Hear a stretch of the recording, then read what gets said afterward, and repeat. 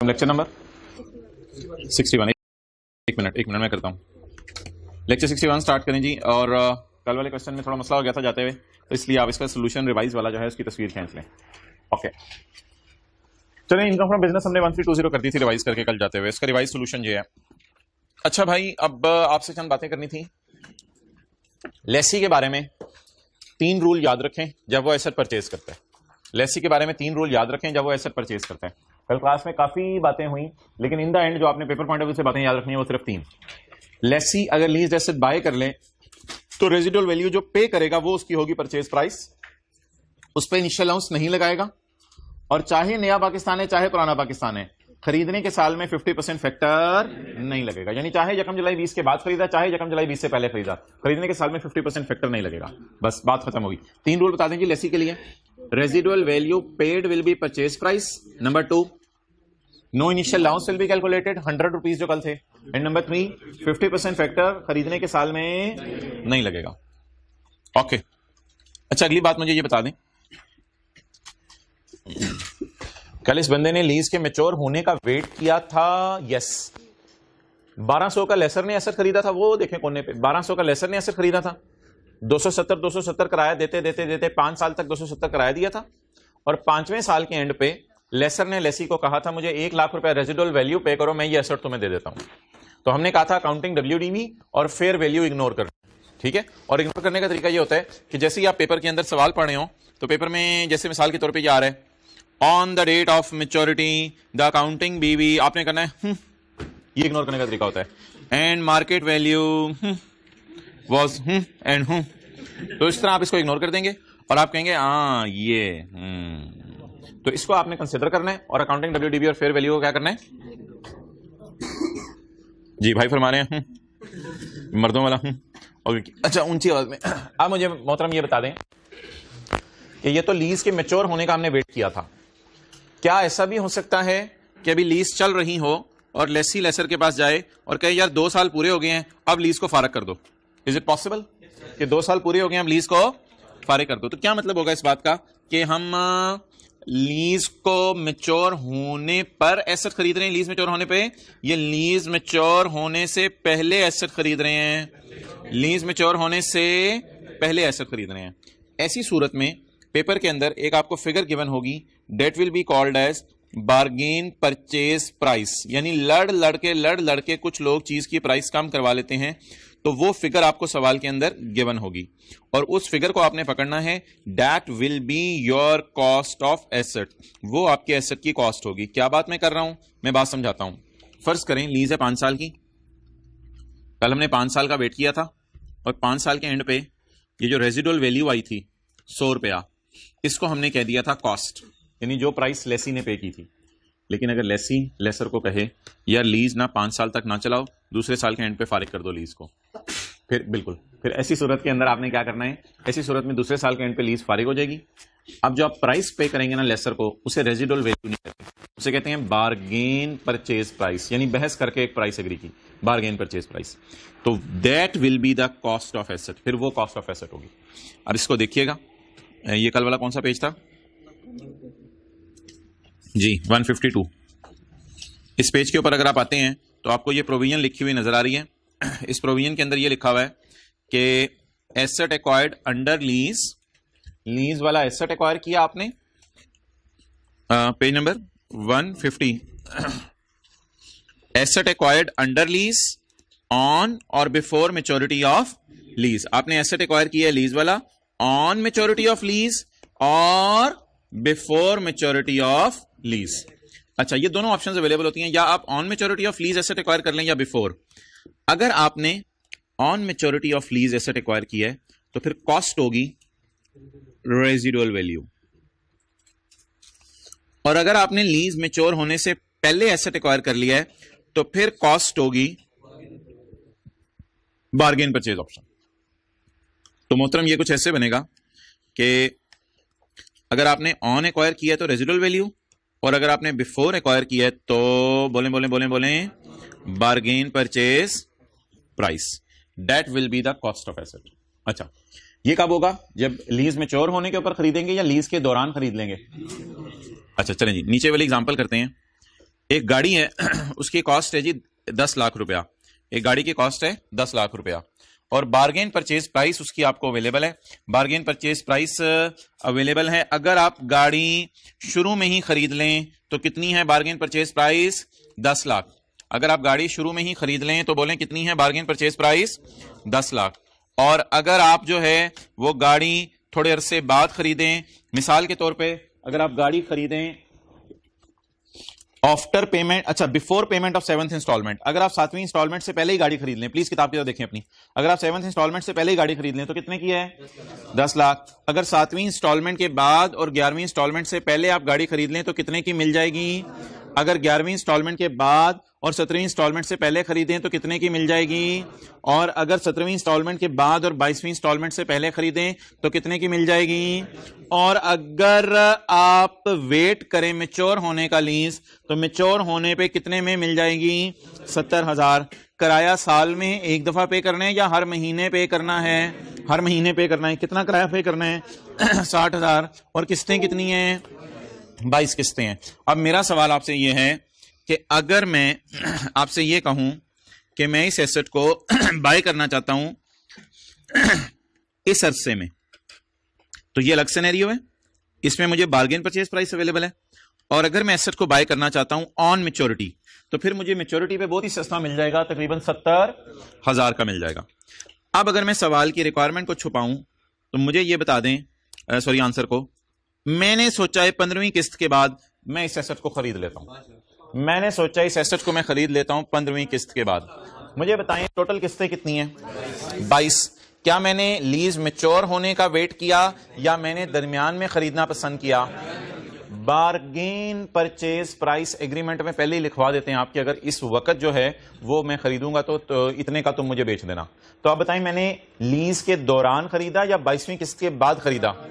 जब लीज के दौरान खरीदा तो इसका मतलब है 22वीं किस्त तो बड़ी दूर की बात, मैंने 15वीं किस्त पे ही खरीदना पसंद कर लिया। का मतलब मैं कितने पैसे पे करूंगा? 5 lakh. The cost of motor vehicle for the purpose of depreciation, depreciation लगाने के लिए कॉस्ट ऑफ मोटर व्हीकल बोले क्या होगी? 5 लाख। और ये कौन सी प्राइस होगी?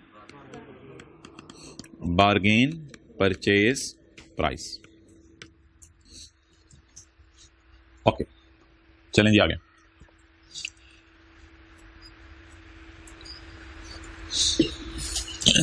अच्छा जी, अब बात क्या बनी? इधर देखें, अगर लीज है 3 साल की और आपने 100 रुपया किराया देना है और आपने इस दिन लीज कैंसिल करवा ली तो आपको क्या पे करनी पड़ेगी? बार्गेन परचेज प्राइस, वो आपकी कॉस्ट होगी। और आज के बाद रेंटल देना आप बंद कर देंगे क्योंकि लीज आपने कैंसिल करवा ली। और अगर लीज आपने चलनी दी और 3 साल की लीज थी और 3 साल की लीज यहां मैच्योर हो गई, अब आप क्या पे करके आएंगे? Residual value. क्लियर? ठीक है चलें जी। क्या मोहतरम? वो उसकी मर्जी है, बस रेजिडुअल वैल्यू फिर 0 ले लो आप एक तरह की। चलें जी एओपी का चैप्टर निकालें। इसमें हम एक सवाल करेंगे डायरेक्ट।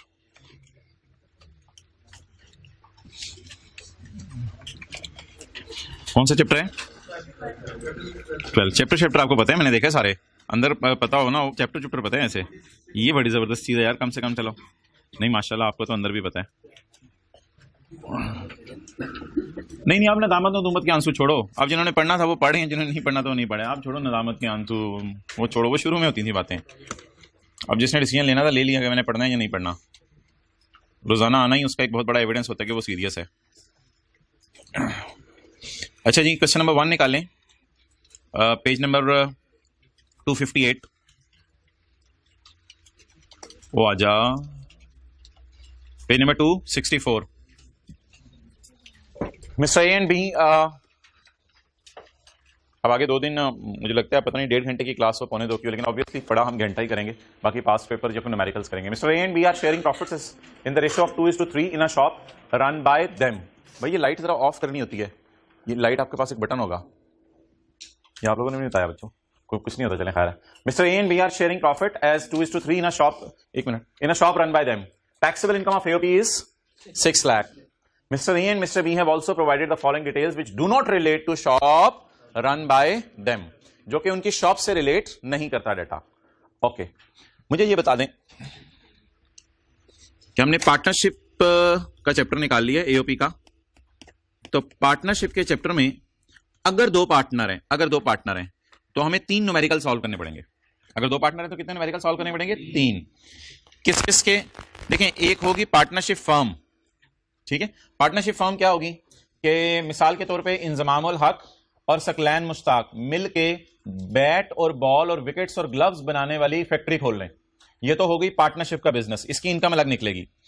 इसके अलावा इज इट पॉसिबल कि इंजमाम अपना भी कोई काम करता हो जिसका सकलैन से कोई ताल्लुक ना हो, इंपोर्ट एक्सपोर्ट का कोई काम करता हो, तो उसका अपना न्यूमेरिकल सॉल्व होगा इंजमाम का। इज इट पॉसिबल कि सकलैन मुश्ताक साहब अपना भी कोई काम करते हो, कभी शेयर खरीद के बेच देते हो, कभी ज्वेलरी खरीद के बेच देते हो, इज इट पॉसिबल कि सकलैन भी अपना कोई काम करते हो? तो मुझे बता दें, इंजमाम और सकलैन ने मिलकर अगर पार्टनरशिप खोल ली तो पार्टनरशिप तो बैट बॉल बना रही है, तो वो उसकी इनकम फ्रॉम बिजनेस है। तो इंजमाम जाती तौर पे शेयर बेचे जो मर्जी करे, सकलैन जाती तौर पे जो मर्जी करे, जात के एतबार से जो मर्जी करें, इनके न्यूमेरिकल अलग सॉल्व होंगे। तो बोले कितने न्यूमेरिकल सॉल्व होंगे अगर 2 पार्टनर हैं? 3। एक किसका? पार्टनर ए का। दूसरा किसका? पार्टनर बी का। No need to note it down. Mister A and B are sharing profits in a ratio of 2:3 in a shop run by them. Taxable income of AOP is, बस रुक जाएं, AOP की taxable income बोलें कितनी है? अब आप मुझे बता दें कि अगर एओपी की टैक्सेबल इनकम 6 लाख है तो क्या एक पर्सन का डाटा हमें दे नहीं दिया गया? यहां तक उस पर्सन का न्यूमेरिकल सॉल्व हो सकता है? सोच के बताइए, कैसे बोंगी जोंगी नहीं मारनी, सोच के बताइएगा। बिल्कुल। Mister A and B also provided the following detail which do not relate to shop run by them. ये तो इंजमाम और सकलैन का कोई जाती डाटा है, इन्होंने जो मिलकर फैक्ट्री खोली हुई है मिसाल के तौर पे, उससे कितना कमाया है? 6 लाख रुपए। डन। वैसे तो फैक्ट्री नहीं, कुछ शॉप लफ्स लिखा हुआ है, चलें जो भी है। तो अजय अबू बकर, एओपी पहला न्यूमेरिकल किसका सॉल्व करें? एओपी का। इनकम एंड टैक्स दे रहा हूं। एओपी का नाम क्या होगा? ए एंड बी, 2 पार्टनर है ना, तो शायद एओपी का इन्होंने नाम रखा हो A and B. A and B AOP, income and tax thereon, और टैक्स ईयर 2000 नहीं बताया हुआ सवाल में? चलें खैर है, चलें जी, लेट्स स्टार्ट जी। बता दीजिए एओपी ने कितना कमाया? 6 लाख। नियत करके आए हैं आज जो है वो कैलकुलेटर वगैरह पेंसिल बॉल पॉइंट नया चैप्टर कोई नहीं जी, बोले जी। इसकी टैक्सेबल इनकम ही 6 लाख है, और तो कोई डाटा दिया नहीं हुआ। टैक्सेबल इनकम बोले 6 लाख। अच्छा बताएं जी, पार्टनरशिप फर्म के ऊपर क्या लगता है? पार्टनरशिप फर्म पे चैप्टर 4 लगता है, उसका टेबल 1 लगता है। पहले इधर आ जाएं, 6 लाख पे टैक्स देख लेते हैं, फिर आगे चलते हैं।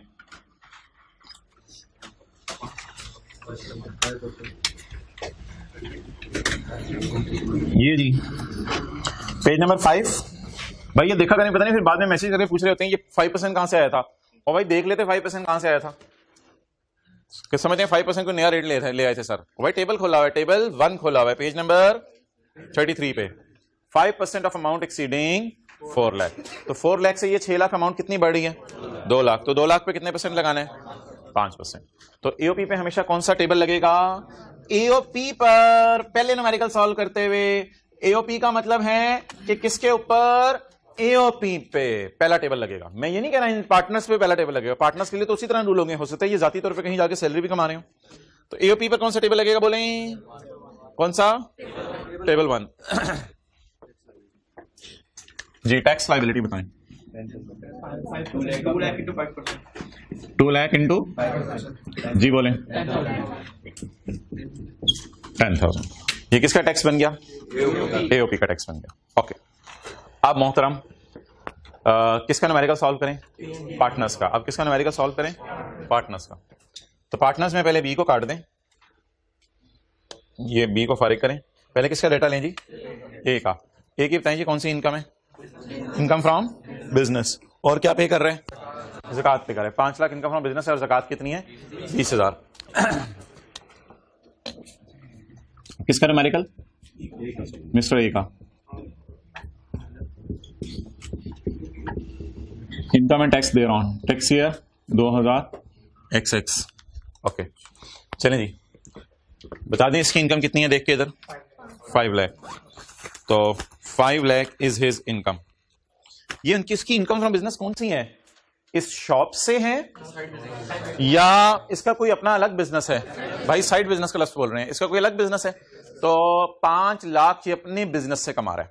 हो सकता है ये जो मिल के बिजनेस कर रहे हैं इसमें शॉप जो है मिल के जो कारोबार कर रहे हैं, ये जो एओपी का कारोबार है, हो सकता है वो टॉयज बेचना, और इसका हो सकता है कारोबार हो मेडिसिन बेचना, ऐसी मिसाल दे दी। तो ये इंजमाम का जाती कारोबार है मिस्टर ए का, या दोनों मिलके जो कर रहे हैं वो वाला है जाती कारोबार है। तो अब जाती कारोबार का डेटा लिखवाएं, बताएं जी। इनकम फ्रॉम बिजनेस,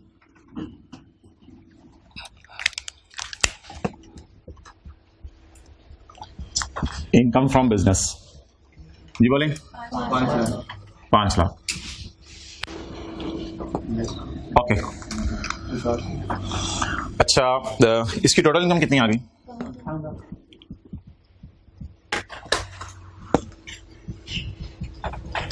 इसमें से माइनस क्या करनी है? कितनी जी? 20,000। कट कटा के कितना बचा? 4,80,000। ये कौन सी इनकम आ गई? Taxable income. क्लियर? अच्छा जी, अब ना एक जुल्म होने लगा है, वो ये होने लगा है कि एक हम वर्किंग करने लगे हैं, वर्किंग, और उस वर्किंग का मकसद ये होगा कि ये जो वर्किंग है ना, वर्किंग जो मैं करने लगा हूं, ये वर्किंग ना एओपी के न्यूमेरिकल में है, ना मिस्टर ए के न्यूमेरिकल में है, ना मिस्टर बी के न्यूमेरिकल में है। ये वर्किंग एओपी के न्यूमेरिकल के बाद जब मिस्टर ए और मिस्टर बी का न्यूमेरिकल शुरू करना है तो दरमियान में किया करेंगे। और दरमियान का मतलब ये नहीं कि यहां फिट करके फोल्डिंग सीट उठा के दरमियान में किया करेंगे, कहीं सफे पे साइड पे कर दिया करेंगे। इस वर्किंग का मकसद ये होगा कि पार्टनर्स को हमने पैसे तकसीम करने हैं, पार्टनर्स को पैसे तकसीम करने हैं। आप कहेंगे सर पार्टनर्स को पैसे तकसीम करने की जरूरत नहीं, इंजमाम को चाहिए या मिस्टर ए को चाहिए कि सिर्फ अपनी मेडिसिन वाली दुकान पे टैक्स दे, क्योंकि इंजमाम और सकलैन ने मिलकर जो टॉयज वाली दुकान खोली हुई है वो टैक्स तो देखें ऑलरेडी 10,000 हुकूमत को जा चुका है। लेकिन लॉ मेकर कहते हैं नहीं, मैं जुल्म करने लगा हूं। मैं क्या करने लगा हूं? मैं इंजमाम का न्यूमेरिकल सॉल्व करते हुए या मिस्टर ए का न्यूमेरिकल सॉल्व करते हुए इनसे पूछने लगा हूं तुमने एओपी से कितना कमाया। तो ये फौरन बोला कि भाई ये मेरा जाती बिजनेस है, मैंने आपको बता दिया एओपी से जो कमाया था उसका टैक्स तो आपको जमा करवा दिया हुकूमत। हुकूमत ने कहा नहीं, बताओ एओपी से कितना कमाया। इसको पहले मुझे बताएं एओपी की इनकम कितनी है? 6 लाख। डिविजिबल इनकम इसे कहा करेंगे, यानी ये दोनों में क्या करनी है? डिवाइड करनी है, डिविजिबल इनकम। 6 लाख के 2 हिस्से कर दें, 6 लाख के 2 हिस्से कर दें। 6 लाख बिफोर, यानी टैक्स माइनस करके नहीं लिया करना आपने, ये 6 लाख आपने ये वाली फिगर लिया करनी है, 10,000 माइनस करके नहीं लिया करना। अच्छा जी, आप बता दें 6 लाख का ये जो 2:3 होता है ना, इसका मतलब होता है कि अगर एक केक है उसमें 5 पीस हैं तो 2 आप खा लो, 3 मैं हड़प कर जाऊं। तो ये 2:3 का मतलब होता है 2/5 और 3/5। तो 2/5 किसको दे दो? 2/5 किसको दे दो? ए को। कितना? 2,40,000। 3/5 किसको दे दो? बी को। कितना? 3,60,000। चेहरा शरीफ ऊपर रखना। ओके, शर्माना नहीं है, घबराना भी नहीं है। ओके ठीक है जी। तो अब आप मुझे बताएं मिस्टर ए ने एओपी से कितना कमाया? आप फरमा दें मिस्टर ए ने एओपी से कितना कमाया? 2,40,000, क्योंकि इसने किसका कम हिस्सा था। और मिस्टर बी ने एओपी से कितना कमाया? 3,60,000। अब आप मुझे बता दें, अगर मैं आपसे पूछूं कि मिस्टर ए ने एओपी से कितना कमाया? 2 लाख। अब आपको पता है टैक्सेबल इनकम जब निकल आती है तो हम डबल अंडरलाइन लगा के टैक्स कैलकुलेट किया करते थे, लेकिन आज ऐसा नहीं करेंगे। मोहतरम आप सुन रहे थे, आप भी सुन रहे थे, हाथ खोलो। आज ऐसा नहीं करेंगे, बोलो ऐसा, आज ऐसा नहीं करेंगे। लेकिन आज डबल अंडरलाइन नहीं लगाएंगे, डबल अंडरलाइन नहीं लगाएंगे। आज हम ऐड, खुदा के लिए ऐड ना करना, मेरी जान निकल जाएगी। बांध दो इसके मुंह पे टेप, करो ऐड। क्या ऐड करने लगे हो? मैं तो चुप, टेप सही तरह लगाओ। नहीं नहीं नहीं, खुदा के लिए ना करना, कि तो मेरी इनकम में क्या ऐड करने लगे हो? चुप। 2 लाख। नहीं नहीं नहीं, मेरी इनकम बढ़ जाएगी। बढ़ा दो इसकी इनकम, जान ले लो इसकी। हालांकि इस पे टैक्स दिया हुआ है, हालांकि इस पे टैक्स दिया है। भाई शर्मा रहे पीछे खड़े हुए, कितनी गलत बात है। दोबारा टैक्सेबल इनकम निकालें, दोबारा टैक्सेबल इनकम निकालें। बताएं बताएं बताएं बताएं। 7,20,000। तो अब आपको एक फीलिंग आएगी कि यहां हम डबल टैक्स जैसे कैलकुलेट करने लगे हैं, यानी एक दफा 6 लाख पे भी टैक्स कैलकुलेट हो गया, फिर 6 लाख जब ए को मिला तो उस पे ए भी दोबारा टैक्स शायद देने लगा है। तो बिल्कुल आपकी फीलिंग अभी तक सही है, डबल टैक्स और है भी डबल टैक्स ही अपेरेंटली, बिल्कुल ऐसा ही है। अच्छा जी, टैक्स लगाने मिस्टर ए का 7,20,000 रुपए, बताएं जी।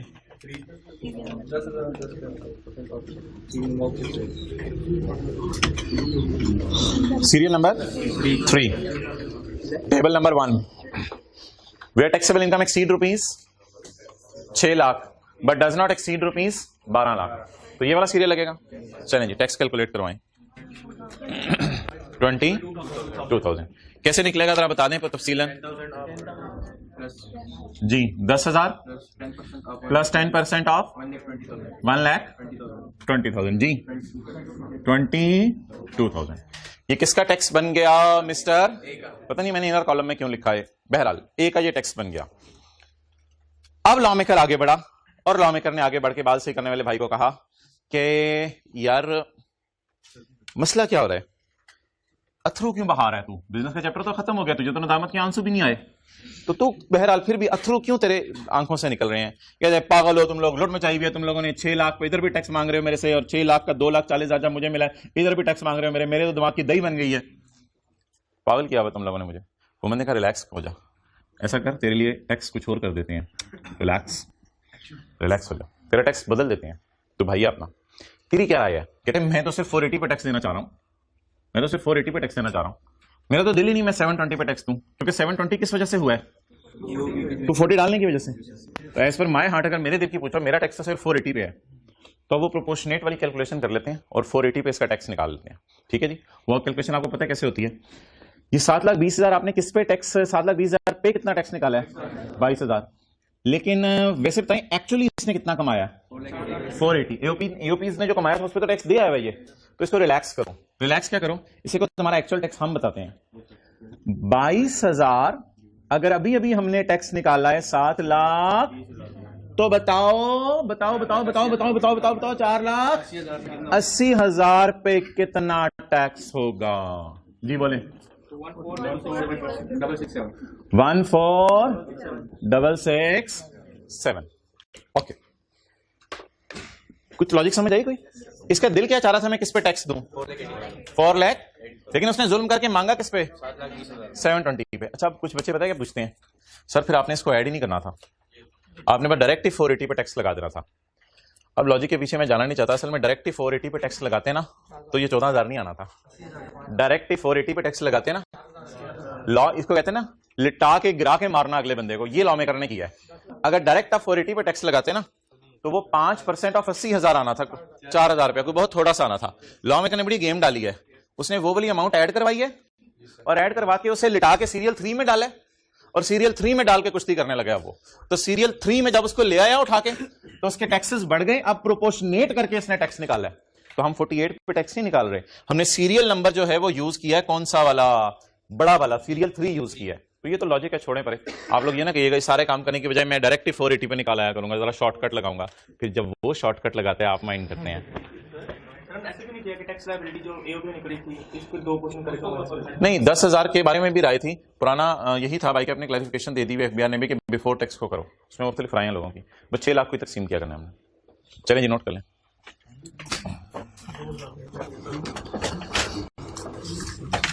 ओके, ये वर्किंग सिर्फ किसके लिए थी? For mister A numerical. ये इधर एओपी के न्यूमेरिकल के लिए जरूरी नहीं थी।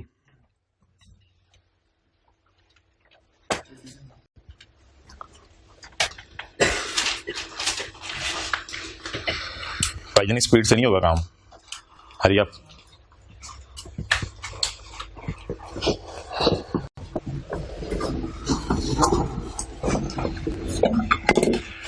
जी बिल्कुल, हो गई बात, मुज़ाकरात सही पे। चलें आ जाए आप।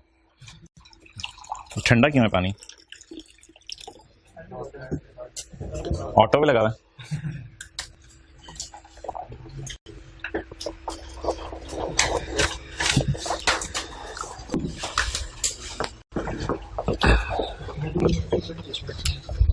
चलें जल्दी करें।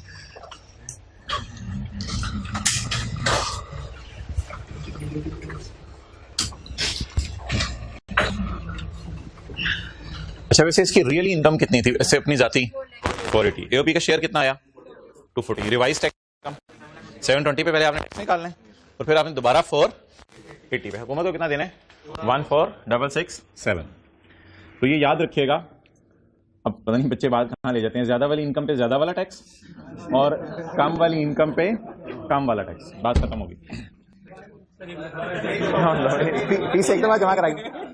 ये क्लास ली हुई है पहले, फिर शुरू हो जाए।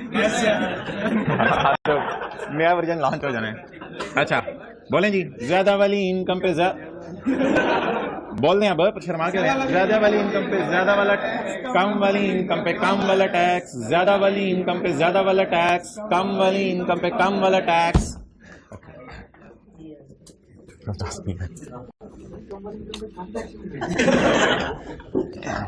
मिस्टर बी सॉल्व कर लें, मिस्टर बी सॉल्व कर लें, लेकिन 1-2 मिनट लगाइएगा।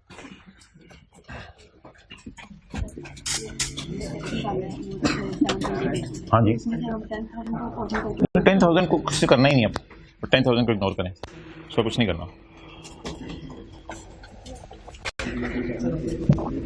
ज़्यादा टाइम नहीं लीजिएगा, 2 से 3 मिनट लें और मिस्टर बी का न्यूमेरिकल सॉल्व कर दें।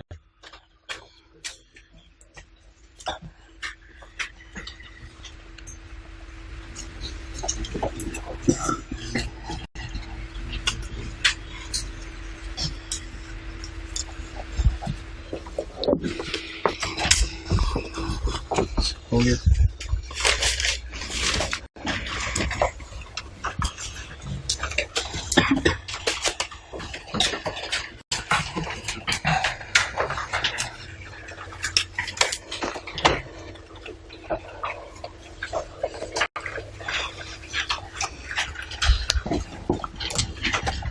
मिस्टर बी, अच्छा जी, जाती तौर पे कितना कमा रहे हैं?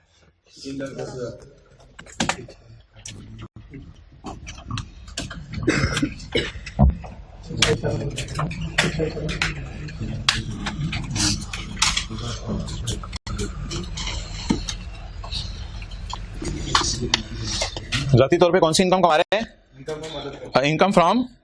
और देखने में ये देखे ना, आपको पता है सीरियल 4 लाख से शुरू होता है, देखने में 3,10,000 पे लग रहा है, टैक्स ही नहीं बनेगा। देखने में लग रहा है इस बेचारे का टैक्स नहीं बना क्योंकि ये सिर्फ 3,10,000 कमा रहा है, और आपको पता है सीरियल नंबर में पहला सीरियल 4 लाख से शुरू होता है, लेकिन इसको घुमा के लिटा के मारेंगे। 3,10,000 इसकी इनकम फ्रॉम अदर सोर्स है। ज़कात पेड कितनी है? 22,000। ये इसका जाती डाटा या एओपी वाला डाटा है? ये जाती डाटा है इसका। तो मिस्टर बी,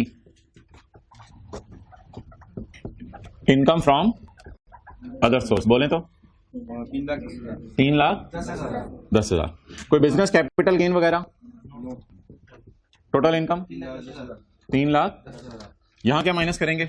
ज़कात, interest on house loan, educational expenses of children, deductible allowances, less ज़कात कितना? 22,000। टोटल इनकम में से ज़कात माइनस करें तो क्या आ गई? Taxable income. ये कौन सी इनकम है? ये कम वाली इनकम आई है, अभी कम वाली इनकम आई है 2,88,000। कम वाली इनकम को ज्यादा वाली इनकम कैसे करें? इसका शेयर ऐड करें। इसका शेयर कितना है? 3,60,000। ऐड शेयर फ्रॉम एओपी जी कितना? 3,60,000। अब बता दें जी टैक्सेबल इनकम दोबारा 6,48,000। ज्यादा वाली इनकम आ गई। इसको डबल अंडरलाइन लगा के क्लोज कर दें। ये कम वाली इनकम थी और ये हिस्सा डाल के ज्यादा वाली इनकम आ गई। अब ज्यादा वाली इनकम पे कौन सा टैक्स निकलेगा? ज्यादा वाला। तो पहले ज्यादा वाला टैक्स निकाल लें, फिर उसको कम भी कर देंगे। तो 3,648 पे जाकर टेबल में देखें, सीरियल नंबर कौन सा है? 3। 10,000 जमा। अच्छा जी, टैक्स कितना आया इसका? 10,000 प्लस 10% ऑफ 48,000। हाँ अंदर लाएं, इनर कॉलम में, इनर कॉलम में।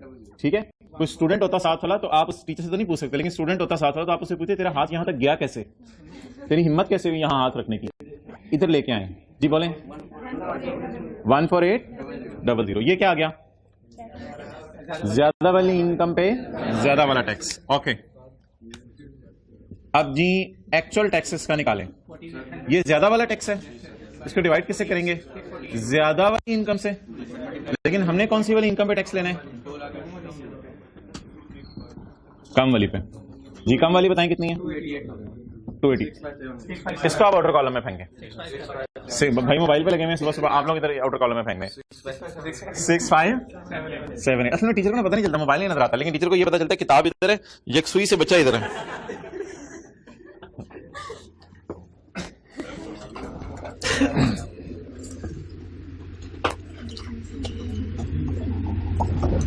अच्छा ऐसे ही पूछ रहा हूँ, सुबह सुबह क्या मैसेज आ रहे होते हैं लोगों के? क्या याद है? अच्छा नोटिफिकेशन। मैं वैसे अपना बता दूं 24 आवर में साइलेंट पे रखता हूँ, और ऐसा साइलेंट जो वाइब्रेट भी नहीं करता। तो बस 100% आप साइलेंट पे रखा करो, वाइब्रेशन भी ऑन ना हो बस, ठीक है? फिर ये होता है जरा कॉल बैक करनी पड़ती है जिसकी आ जाए।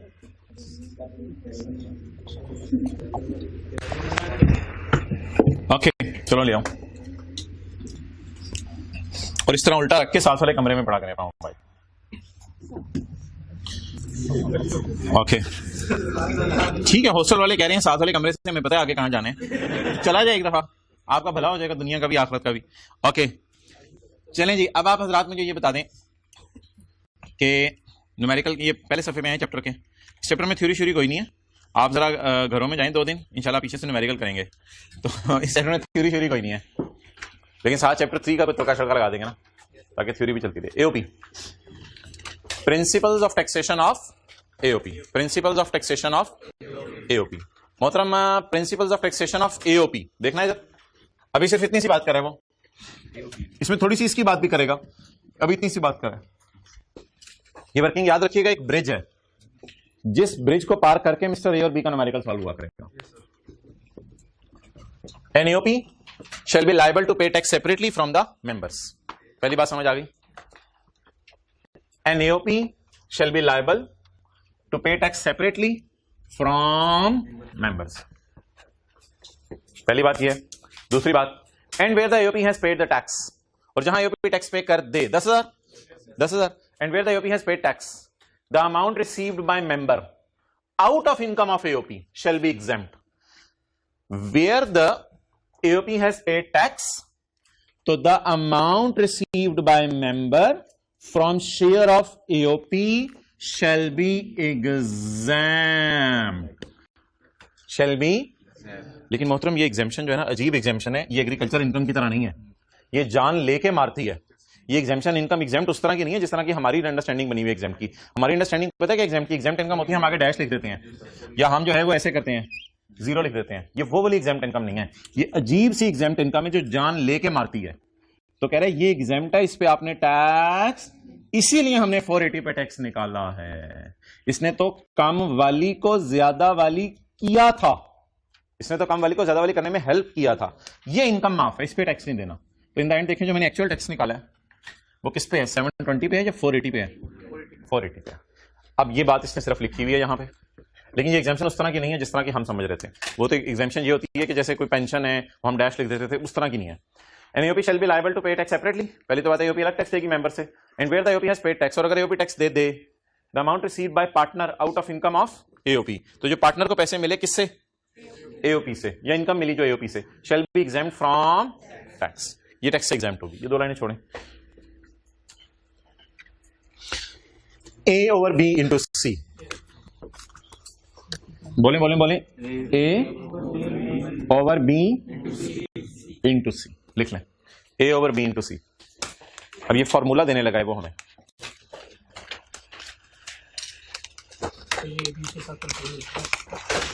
नहीं ये A अगर उसके इसके साथ कंफ्यूज हो रहा है तो इसको मिस्टर A कर दो, फिर हो नहीं रहा था, बाकियों को देख के शायद आपके जैसे हो जाए। ये फॉर्मूला है A over B into C। Okay चलें जी। अच्छा अब दिखने में तो चीजें आसान हैं, लेकिन उसने जो अंग्रेजी ठोकी है ना वो हाई लेवल की है। दिखने में चीजें क्या हैं? ये ज्यादा वाला टैक्स है, ये ज्यादा वाली इनकम है, ये कम वाली इनकम है। बस होना ये चाहिए था मोर वाला टैक्स, मोर वाली इनकम, लेस वाली इनकम होना ये चाहिए था। लेकिन उसने A B C के अंदर ऐसी ऐसी अंग्रेजियां मारी हैं कि आप इसका लेवल देखिएगा।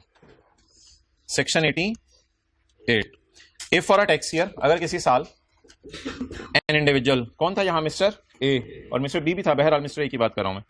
If for a tax year mister A has taxable income, mister A has taxable income, मोहतरम ये इसकी अपनी जाति की बात हो रही है, mister A has taxable income. If for a tax year mister individual, कौन मैं ले रहा हूं, मिस्टर ए, इसकी टैक्सेबल इनकम कितनी है 480 and derives share from AOP,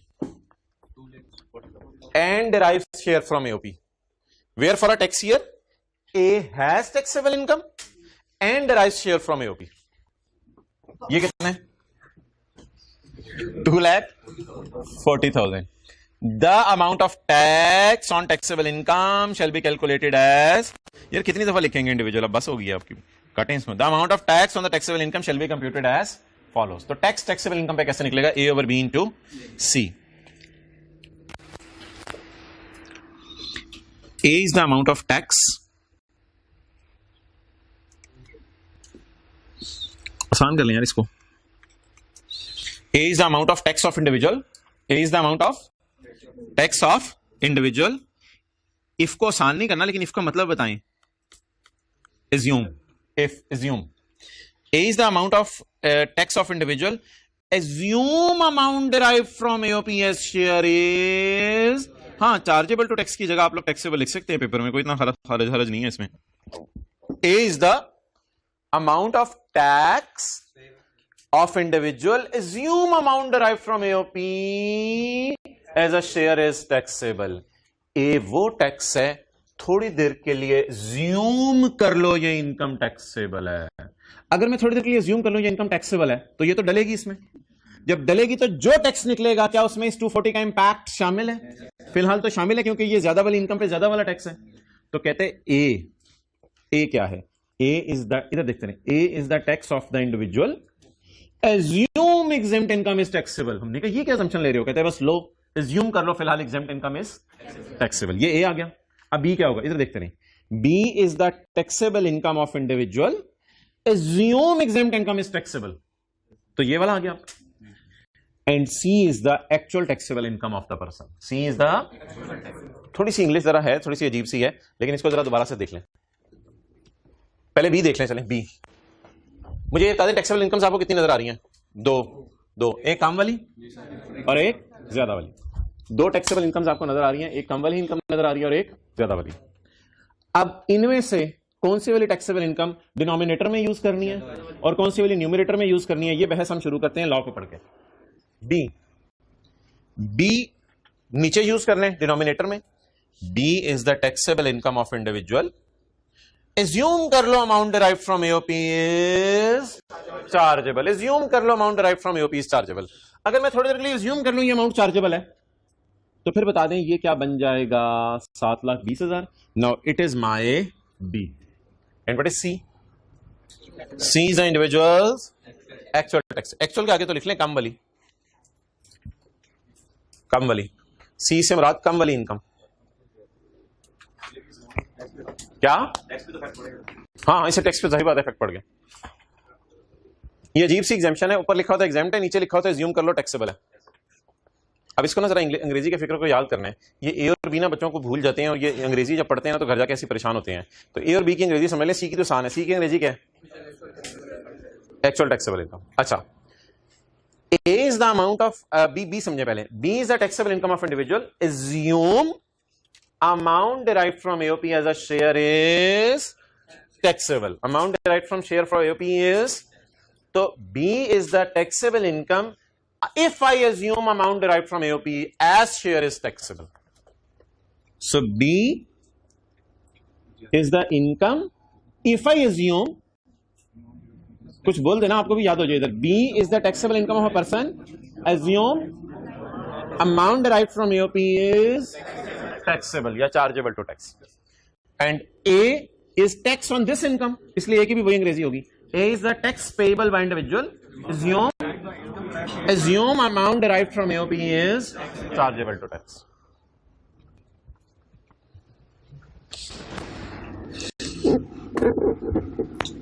जी इसकी हेडिंग पढ़ें क्या लिखी हुई है, an individual as a member of an AOP. Mister A की बात हो रही है बिल्कुल, मिस्टर बी की बात हो रही है बिल्कुल, लेकिन ऊपर किसकी बात हो रही थी? एओपी। ऊपर किसकी बात हो रही थी? एओपी। तो एओपी का क्या रूल है न्यूमेरिकल का? इसका रूल ज़बानी सुनाई। AOP will pay tax separately from its members and where AOP has paid the tax the amount derived by member shall be exempt from tax. ये एओपी का रूल आपने लिख के आना है पेपर में। एओपी का रूल लिख के आना है। अगर सवाल आया एओपी का न्यूमेरिकल कैसे सॉल्व होगा, थ्योरी का सवाल आ सकता है। अगर एओपी का अगर आया इंडिविजुअल का न्यूमेरिकल कैसे सॉल्व होगा, तो फिर नीचे सेक्शन लगे सेक्शन 88, फिर सेक्शन लगे सेक्शन 88। सेक्शन 88 क्या कहता है? सेक्शन 88 ये कहता है कि फॉर्मूला लगाओ, क्या बोलो बोलो, A over B into what is A ज्यादा वाला टैक्स, बी ज्यादा वाली इनकम। लेकिन इंग्लिश का फिक्र याद कर लें दोबारा। A is the tax payable by individual if I assume that exempt income is chargeable to tax.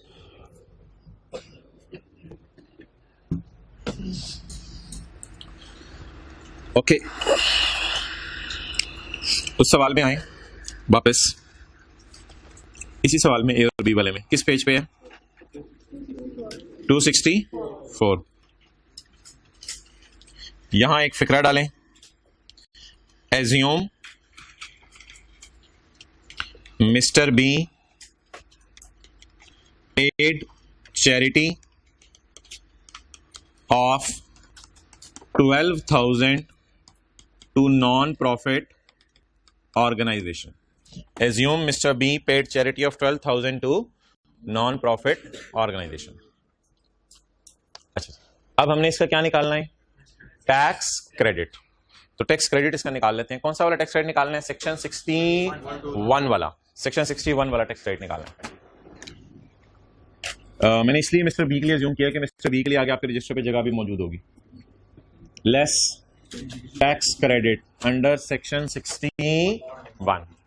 ठीक है जी, मैंने सवाल को बढ़ा दिया है और टैक्स क्रेडिट का कॉन्सेप्ट भी हम समझने लगे। टैक्स क्रेडिट का फॉर्मूला क्या है बोले? ए ओवर बी इंटू सी। ए क्या होता है? टैक्स। बी, और यार नहीं कोई नई बात नहीं करनी, पुरानी बातें पहले मुझे बता दें। ए क्या होता है? टैक्स। बी क्या होता है? Taxable income. और सी क्या होता है? Lower of. अच्छा, अब ना अगेन एक फटा पड़ जाएगा इधर। टैक्स क्रेडिट्स मैं क्यों रिवाइज करा रहा हूँ? हालांकि सादा से होते हैं टैक्स क्रेडिट, तो क्यों रिवाइज करा रहा हूँ? असल में ना अब फटा वही है। क्या फटा है? टैक्स दो है, ज्यादा वाला टैक्स और कम वाला टैक्स। अब वो जो एक दफा नगमा चला था ना, वो कोई बच्चों को याद कराना मकसूद नहीं था। मकसद ये था कि जो टैक्स क्रेडिट्स में बच्चे फंस जाते थे, कौन सा वाला ले रहे हैं, इस वजह से उनको मेंटली प्रिपेयर किया जा रहा था कि ज्यादा वाला और कम वाले का उनको फर्क समझ आ जाए। तो ज्यादा और कम वाला लगे ना रहा करें, इसका ऑब्जेक्टिव ये है जो आप बताने लगा हूं। इसका ऑब्जेक्टिव ये है कि जब मैं टैक्स क्रेडिट निकालूंगा ना, तो आपने दोनों चीजें ज्यादा वाली लेनी है। ए और बी ज्यादा वाला लेना है, बस। ये अभी लॉ में भी लिखा हुआ है, मैं इंशाल्लाह आपको पढ़ा भी दूंगा। अब लोगों की मुख्तलिफ राय थी, तो लॉ में करने का राय अपनी आपको देने की जरूरत नहीं है। मैं जो लॉ बना रहा हूं उस पर चलो। अब बता दें जी, ए कितने अवेलेबल है? अकल आपकी कह रही होगी कम वाला ले लें, क्योंकि हुकूमत को तो यही जमा कराना है, बस उसकी मर्जी, लॉ मेकर की, उस पर चलें। तो मोहतरम बता दें, सेक्शन 61 तो नई कहानी शुरू हो गई। ये तो अभी मैं एक्सपेक्ट भी नहीं कर रहा था आप ये बात शुरू हो जाएगी, लेकिन मैंने नई कहानी शुरू कर दी। तो टैक्स क्रेडिट निकाल दें सादा तरीके से। ए बोले ज्यादा वाला टैक्स लेना, ज्यादा वाला टैक्स कितना? तो ज्यादा वाली इनकम बताएं। 6,48,000 and C is lower of. आपको याद है इसमें था एक्चुअल डोनेशन होती थी, और मुझे जो याद पड़ा शायद 30% ऑफ टैक्सेबल इनकम। ठीक है जी, 30% of taxable income. Actual donation किसी को पता हो कितनी है? मैंने भी सवाल में डलवाई है। Assume mister B paid charitable donation of 12,000। तो एक्चुअल डोनेशन बताएं जी 12,000। 30% किसका लेने? टैक्सेबल इनकम का। आप थोड़ा सा मुतवज्जे रहें, आप थोड़ा सा मुतवज्जे रहें।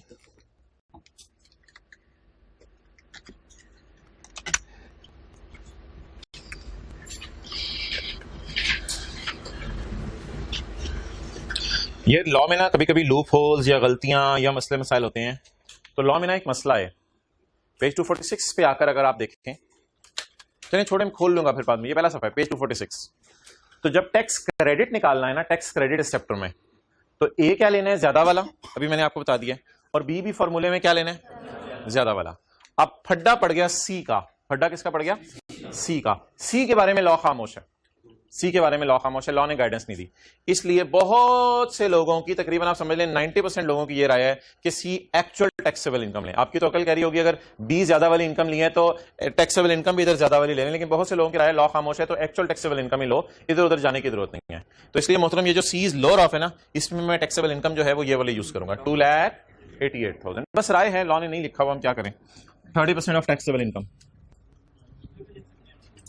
नहीं बेटा, आप इसी को लिखो जो नॉर्म चल रही है मार्केट में, 30% ऑफ 2,88,000। हाँ, ए और बी में बस ध्यान रखना, यहां गलती नहीं करनी, यहां मार्क्स कटेंगे वरना जी।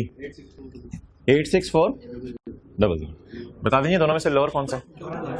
12,000 लोअर है। जवाब क्या आ गया? ए ओवर बी इंटू सी, 2,70,000 नहीं, इतना ज्यादा नहीं, सिर्फ 274। चलें जी, सवाल खत्म हुआ। 6304 टैक्स माफ करना ना आपने से, तो बच्चा कुछ टैक्स हुकूमत को देगा कितना? 6304। तो टैक्स क्रेडिट कितना निकला जी इतनी मेहनत के बाद? 274। इधर ही रखो।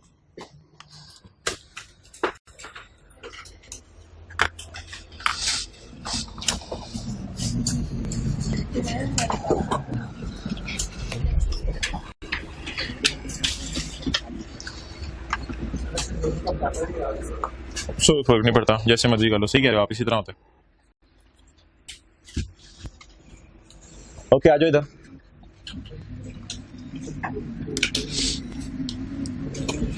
अच्छा जी, हमारा अभी इस सफे पे 59A रह गया ना, अभी 59A भी रह गया, और ये 2 लाइनें भी हैं इंशाल्लाह, ये भी कल कर लेंगे। पढ़ें जी सेक्शन 65। ये सेक्शन 65 एकदम चलते चलते कहां आ गया? आपको याद है सेक्शन 61, 62, 63, 64, ये टैक्स क्रेडिट्स के चैप्टर से टूट के आया है इधर। लेकिन टैक्स क्रेडिट्स के चैप्टर में ये इसलिए नहीं पढ़ाया था कि ये वाला फटा नहीं था वहां पे, ये एओपी के साथ मिक्स करके है। Where a person entitled to tax credit is a member of an AOP. Where a person entitled to tax credit is a partner of AOP.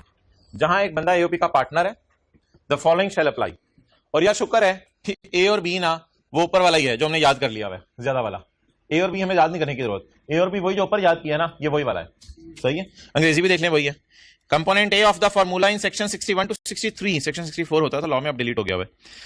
Section 61 था ना चैरिटी वाला, 62 था वो इन्वेस्टमेंट इन शेयर्स वाला, 63 अप्रूव्ड पेंशन फंड वाला। तो component A shall be the tax payable by individual if exempt income were, तो यही वाली अंग्रेजी है। अगर आपको वो उस तरह आपने बदलना है तो उस तरह बदल सकते हैं, यानी टैक्स पेएबल बाय को मैंने करवा दिया था टैक्स ऑफ इंडिविजुअल, और आगे वही इफ का क्या मतलब? एज्यूम। और बी भी वही वाला याद जो ऊपर याद किया हुआ है, बी शैल बी बोले taxable income for the year if exempt income were chargeable. तो ये मैं आपको छोटी सी बात अभी कही थी कि सी के बारे में लॉ खामोश है, तो इसको मैंने कम वाली इनकम पे लिया, ये मैंने कही थी। अगर आपने लिखनी है तो लिख लें। सी न्यूमेरिकल भी किया हुआ है, वो भी काफी है, वैसे लिखने की जरूरत। सी के बारे में लॉ साइलेंट है, इसलिए यहां कम वाली इनकम लेनी है जब लोअर ऑफ निकाल रहे होंगे। सी के बारे में लॉ साइलेंट है तो यहां कम वाली इनकम लेनी है। ए और बी में ज्यादा वाली नहीं, हायर हुआ नहीं, ज्यादा वाली। हायर का मतलब होता है 2 में से कंपेयर करनी है, बस ज्यादा वाली।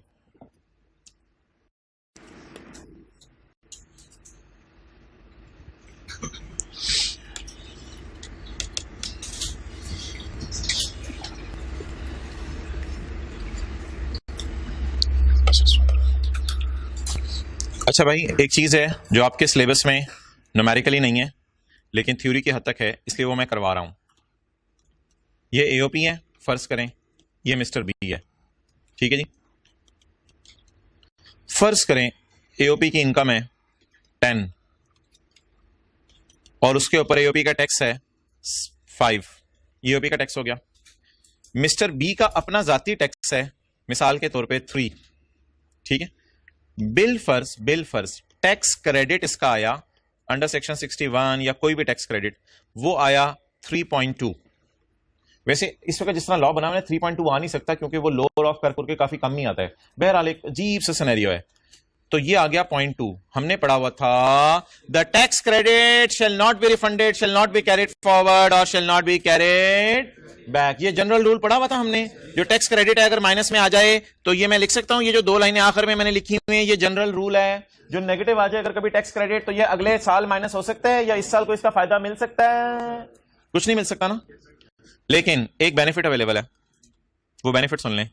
वो जनरल रूल की ना एक्सेप्शन है। जनरल रूल क्या है जी? ये 2 लाइनें हैं जनरल रूल, और ये जो 4 और 5 है, ये जो 4 5 में पहली लाइन है, ये जो पहली 3 लाइनें हैं, ये इसकी क्या है बोलें?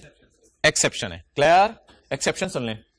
ये पॉइंट 2 आप नेगेटिव में लिखें और नेगेटिव में लिख के ये आप एओपी को ऑफर कर दें। पार्टनर जितना टैक्स क्रेडिट डिस्काउंट नहीं ले सका वो डिस्काउंट उसकी फर्म ले ले। बहुत बड़ा बेनिफिट है। वो फर्म कौन ले ले? वो डिस्काउंट कौन ले ले उसकी? अब उसकी फर्म कितना टैक्स देगी? बहुत अरसे बाद कभी लॉ मेकर भी ऐसे बेनिफिट निकालते हैं, आमतौर पर ऐसे बेनिफिट बड़े काम में। जनरल रूल बता दें वैसे क्या पढ़ा है आप लोगों ने टैक्स क्रेडिट्स के सेक्शन में? अगर कभी भी टैक्स क्रेडिट ज्यादा आ जाए टैक्स से, न्यूमेरिकली नहीं आना ये पेपर में, अगर कभी भी थ्योरी में लिखा हुआ ना समझाना पड़ा है, तो अगर कभी भी टैक्स क्रेडिट ज्यादा आ जाए टैक्स से तो बाकी अमाउंट रिफंड, लेकिन एक्सेप्शन बता दें अगर एओपी के पार्टनर को, अच्छा वाइस वर्सा नहीं है कि एओपी को नेगेटिव आए तो वो इधर लाके माइनस कर रही हो। अगर पार्टनर को नेगेटिव आ जाए तो वो क्या कहेगा? यार तू माइनस कर ले, मेरे से नहीं हो सका। तो एरो के डायरेक्शन देख रहे हैं, कौन किसको अपना डिस्काउंट दे रहे? डिस्काउंट किसको मिल रहा था? कौन नहीं बर्दाश्त कर सका? कुछ चीज नाजिल हो रही हो बर्दाश्त नहीं, कौन वो नहीं बर्दाश्त कर सका, डिस्काउंट किसको दे दे? एओपी को दे दे। Where the person is a member of any excess credit कितना बोले? 0.2 मे बी क्लेम्ड बाय। कौन किसको कह दे तुम क्लेम कर लो? May be claimed by AOP. और आगे लिखा हुआ है इन दोनों का ना आपस में मुआहिदा होगा। मुआहिदा क्या होगा? मिस्टर बी सफा पकड़ेगा, एओपी उस सफे पे कुछ बातें लिखेगा, बी लिखेगा, साइन करेंगे और साइन करके कह देंगे चलो यार ये मुआहिदा हमारा हो गया है कि मैं अपना डिस्काउंट क्या करता हूं तुम्हें देता हूं। ये फॉर्मेलिटी सी पढ़ लें, लीगल फॉर्मेलिटी, कागजी कार्रवाई जिसे आप कहते हैं, कागजी कार्रवाई आगे पढ़ लें। For availing this benefit the member कौन? Mister B and the partnership firm should agree in writing. इनको राइटिंग में एग्री करना पड़ेगा। And agreement must be furnished with the AOP's return of income. और एओपी की जो रिटर्न होगी उस साल की, उसके साथ आपको ये एग्रीमेंट क्या करवाना पड़ेगा? जमा करवाना पड़ेगा। क्लियर? नोट करें।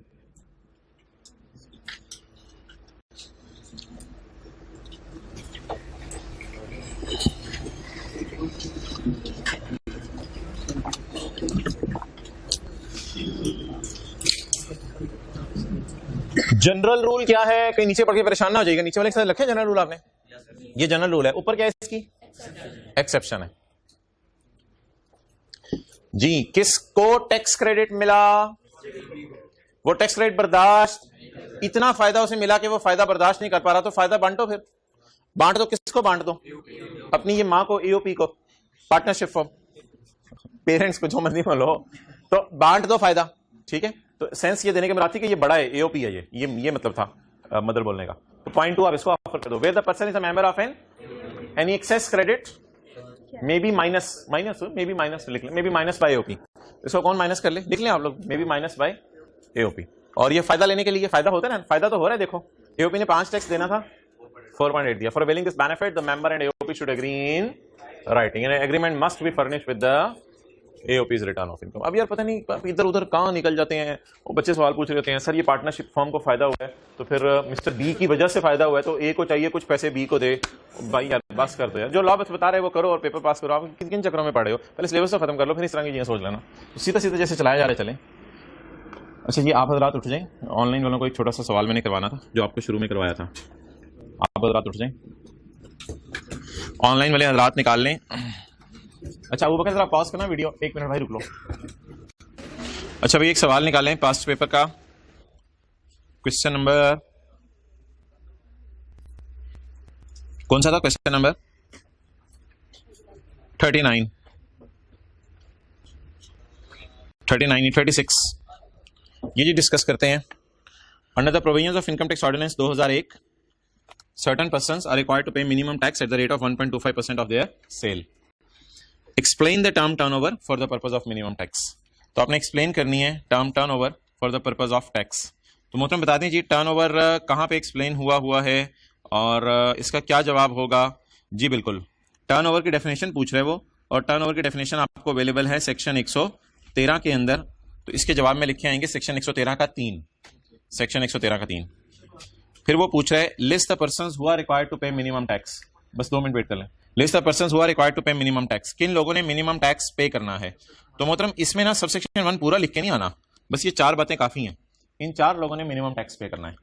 और उसके बाद पूछ रहा है रूल्स बताओ carry forward of minimum tax के।